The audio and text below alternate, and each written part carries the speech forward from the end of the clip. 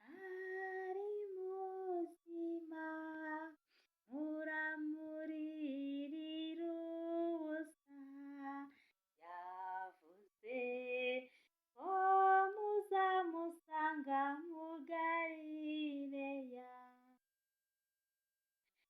Kristo Yezu akuzwe. Ni Marie Clarisse Mukandengo. Reka tuzirikane ivanjiri ya Luka, ivanjiri ya Yohani, umutwe wa 20, umurongo wa mbere kugera ku wa 10. Kristo Yezu akuzwe. Mureke dusome. Abigishwa bajya kumva. Ku wa mbere w'isabato, Mariya Magadalena azindukira kumva butaratandukana, asanga ibuye ryavuye ku mva. Nuko yirukanka asanga Simoni Petero n'undi mwigishwa wa wundi Yezu yakundaga. Arababwira ati, Nyagasani bamukuye mu mva, none ntituzi aho bamushyize. Petero arabaduka na wa mwigishwa bajya kumva, bombi bagenda birukanka. Ariko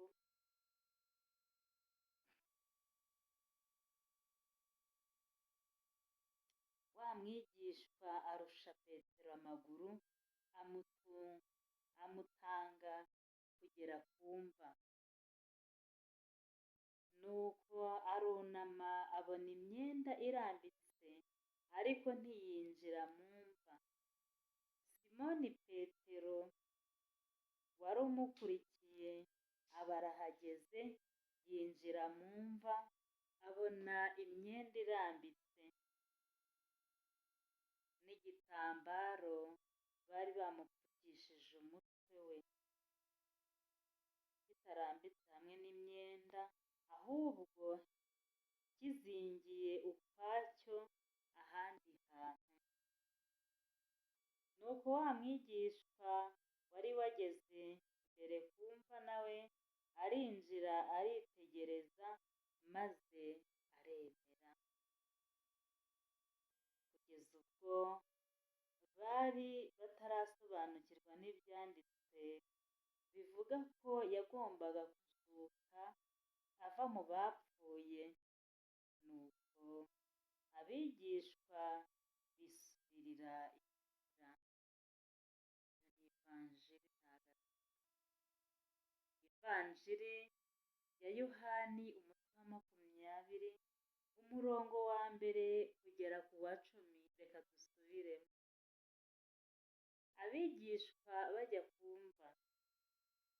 Ku wa mbere w'isabato, Mariya Magadalena azindukira kumva butaratandukana, asanga ibuye ryavuye ku mva.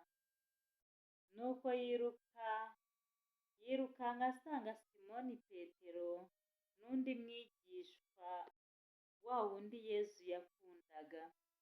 Arababwira ati, Nyagasani bamukuye mu mva, none ntituzi aho bamushyize. Petero arabaduka na wa mwigishwa bajya kumva, bombi bagenda birukanka, ariko wa mwigishwa arusha Petero amaguru,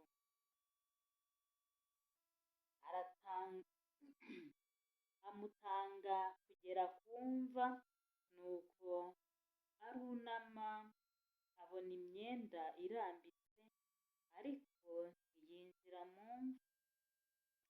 Simoni Petero wari umukurikiye aba arahageze, yinjira mu mva, abona imyenda irambitse n'igitambaro bari bapfukishije umutwe we, kitarambitse hamwe n'imyenda, ahubwo kizingiye ukwacyo ahandi hantu. Nuko wa mwigishwa wari wageze mbere ku mva nawe arinjira aritegereza maze aremera. Kugeza ubwo bari batarasobanukirwa n'ibyanditswe bivuga ko yagombaga kuzuka ava mu bapfuye. Nuko abigishwa bisubirira inzira. Ivanjiri ntagatifu Kristo Yezu akuzwe. Ni Marie Clarisse Mukandengwe. Uyu munsi turi kuzirikana izuka rya Yezu. Uyu munsi turahimbaza izuka ry'umukiza wacu Yezu Kristo. Uyu munsi hari igihe nawe uri gushakira Yezu mu bapfuye. Ni muzima, Yezu yarazutse, urupfu nta bubasha rukimufiteho. Kristo Yezu akuzwe. Ushobora kuba wagize ibyago, ushobora kuba uri mu buzima butoroshye, ariko uyu munsi waba wagize ibyago ibuka ko uwo wabuze uzamubona, ibuka ko uwo wabuze azazuka ukongera kumubona amaso ku maso. Yezu yatuvuyemo amara gatatu mwumva, ariko mu kuzuka kwe hari imibiri myinshi y'abatagatifu nabo babashije kuzuka.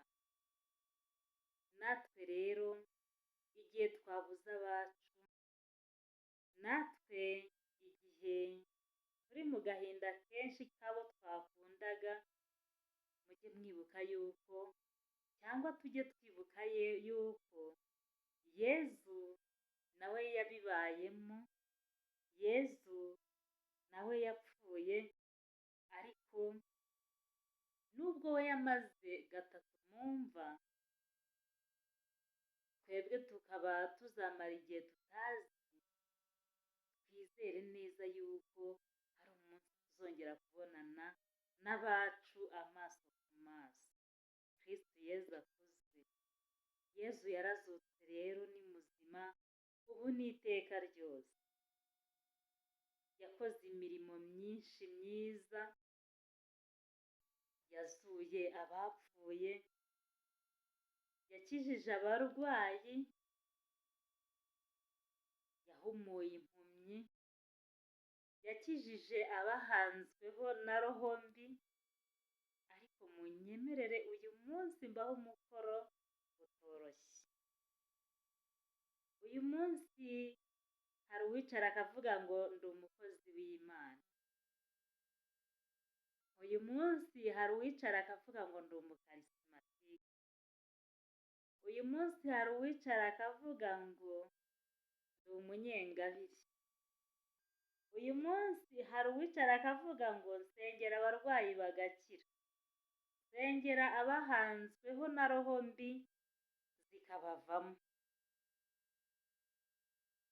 Njye Mukandengwe Marie Clarisse, nyemerera nkubaze wowe nk'umupasitoro, nyemerera nkubaze wowe w'umupadiri, nyemerera nkubaze wowe w'umubikira, nyemerera nkubaze wowe w'umudiyakoni, nyemerera nkubaze wowe witwa ngo wize teoloji kundusha, cyangwa se wize amashuri ahambaye aruta ayanjye. Twagiye tubona kenshi mu masengesho menshi cyane hari abantu bakira roho mbi, ukumva roho mbi zirivuga, ukumva roho mbi zirasakuza. Uyu munsi wa none rero nagira ngo nkubaze ngo kuri uwihaye Imana, kuri pasiteri, by'ukuri umuntu w'umudiyakoni cyangwa se undi muntu wese witwa ngo ari mu murimo w'Imana, igihe izo roho mbi zirukanwe zijya hehe? Yezu yirukanye roho mbi mu muntu wari wahanzweho nazo, arangije nazo ubwazo zimusaba kwigira mu ngurube. Zaragiye zigira mu ngurube rero, birangira za ngurube ziroshye mu mazi. Ese uyu munsi wa none ikibazo cyanjye muracyinsubiza? Roho mbi zagiye mu ngurube, ingurube zikagwa mu mazi. Uyu munsi wa none iyo habayeho isengesho ryo gukizwa, izo roho mbi zijya he? Ibaze kandi wisubize. Ubutaha ni ingaruka, nizere ko nzasanga muri komenti ibisubizo byinshi. Ufite uko ubyumva cyangwa ufite uko ubitekereza cyangwa uko roho mutagatifu aguhishuriye, ushobora kudusangiza uko yaguhishuriye, twese tukagira uko tubyumva. Kristo Yezu akuzwe. Niba Yezu yarirukanye roho mbi mu muntu zikajya mu ngurube, za ngurube zikagwa mu mazi zigapfa, uyu munsi wa none roho mbi ziri kwirukanwa mu bantu ziri kujya he? Kristo Yezu akuzwe. Ngaho nsubiza rero, ni umukoro wowe wagerageje kugira, wowe wakomeje kureba cano ya Marie Clarisse Mukandengo. Nta mpamvu yo kugira ngo mpore mvuga, wowe utavuga uyu munsi ni uwawe. Uramenye yuko murwana n'umwanzi Sekibi, mukomere kandi muhanga hari imitego ye, kuko saba ntumurwana iby'ibikwiriye abana b'Uhoraho. Ngaho nimwambare mwese intwaro z'urumuri, mube intwari kandi mugenze nk'abakijijwe, kuko muri ku rugamba iby'ibikwiriye abana